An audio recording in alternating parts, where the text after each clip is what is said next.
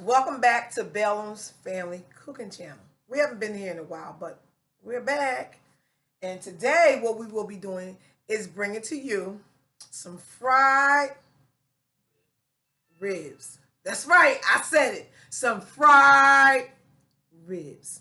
All right, so I have my ribs right here. I done cleaned them up and let them get dried out a little bit from the moisture. What I did was I boiled my ribs first to give me a little bit of tenderness because I tried it without boiling it and it was ribs was good, but then it was a little tough. But see, when you boil it a little bit, nice and tender. So, but what my ingredients were, I'm making my flour. Take my flour mixture. I got my deep fryer on 365. And what I have in the flour mixture is I have flour. Now I don't have the measurements that's in my bag because you're going to measure according to how much meat you will be using. So even though we're using this to fry our ribs, you can still use this mixture to fry your chicken. Right? So I have the flour, regular flour. Once I get my flour, I have some baking powder, and I use basically 2 teaspoons of baking powder. There you go. 2 teaspoons of baking powder and 2 teaspoons of cornstarch. Yes, I added that to the flour. I use half a teaspoon of salt, and I use some a little bit of seasoning salt. But I put this on basically the seasoning salt. I put that on after I fry the ribs. Because, after you fry something, you put the seasoning salt on it and it sits and marinates in because it's nice and hot and coming out the grease. So it tastes real good, right? So I put that on for hubby. I don't put it on for me. And I don't put salt in my area of the food either because I don't do salt. And whenever I taste just a little bit of salt, child, I get the worst headache ever. So I don't even mess with salt. You know what I mean? So here it is. We got the oven deep fryer going. Let me get the basket for the deep fryer. I got the basket for the deep fryer. Here we go. Get everything all set up. I got my flour. My grease not hot yet. That's hubby in the background. But I'm sitting up here waiting for it to get hot. So I'm going to be right back.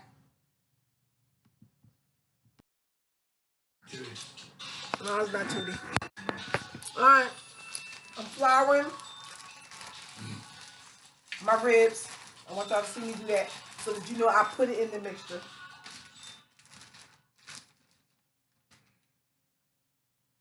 I have it sitting right here on my bowl. That one need a little bit more flour. So I get it nice. And when you put your meat in the flour, you want to make sure you squeeze it. Squeeze the flour so it can be right on it.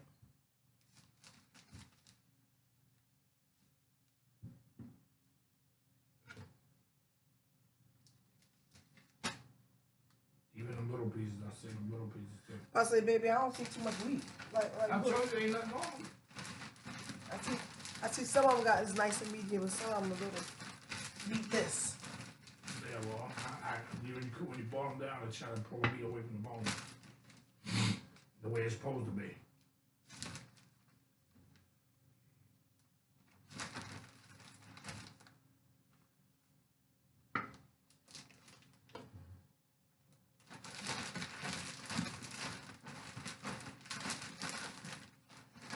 Little pieces of separate meat in there. That's the meat I trimmed off the kind of gristle. Okay.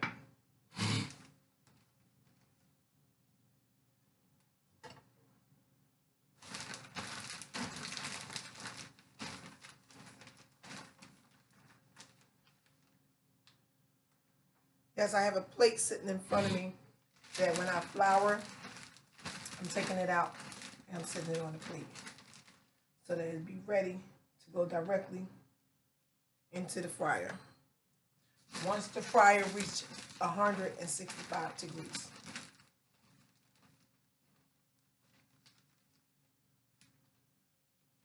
All right. So that was it on that. All right, we back. We get ready to drop our ribs. So here go my basket for the ribs. I'm not going to overstack them.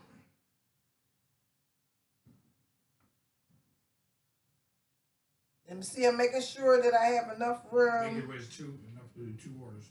Same amount left on the plate. Yes, same amount left on the plate to do 2 orders. So 2, 4. I have 6 pieces in here. Okay, I'm gonna get ready to drop it. We're gonna cook them for 15 minutes. It is now 4:32. If you add 15 minutes to that, it would be 4:47. And that's when we're going to take these bad boys out. 4:48, because it just turned to 1 minute. All right, here go a piece that I took out. All right. Nice. Ooh, hot. Hot. Nice and crispy.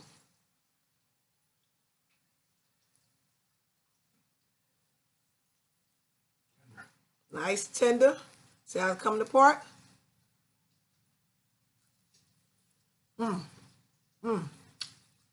Fried rib.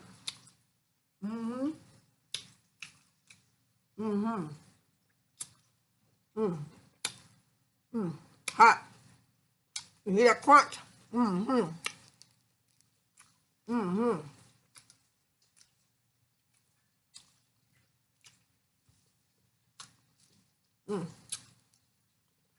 I just a piece left there. Good. Good. Fry it. I got another batch in there. I'm going to come out. We're going to see how they come out. We'll get back to you. Now, the ones I made yesterday, I just cleaned them up real good. And that's the most important part. I forgot to let you know that I let them sit in water, vinegar, and lemon juice. So I let it sit in that suction. You can let it marinate for at least 24 hours if you choose. But because I did it when I came home, I let it sit for like maybe 5 hours, okay, before I cooked it. And then cleaned it off real good. And then I just fried them. They was nice and crisp. Now the ones I did today, because I'm trying those, I boiled them first. Like I let them sit in the vinegar, in the lemon juice, in the water. But then we boiled them. So we let it sit in there, we boiled it. Because when you boil your ribs, it gives you a little bit more tender. The ones we had yesterday, they were good, but they was kind of a little tough. And you know, you think about other people who are older, and if you used to make them, whatever, you don't want them to be tough. So I boiled them the day beforehand, and they were good. So that's that batch I just ate and showed you. Now I have another batch on, frying now. With this one, what I did was, I still did the flour routine. It's still coming from the same thing. But what I did was I did an egg wash. After I floured it, I egg washed it, and then I floured it again. Now it's in the fryer. So we're going to see how that one comes out. All right. So we get ready to take them up. Here we go. Pouring these babies right on out.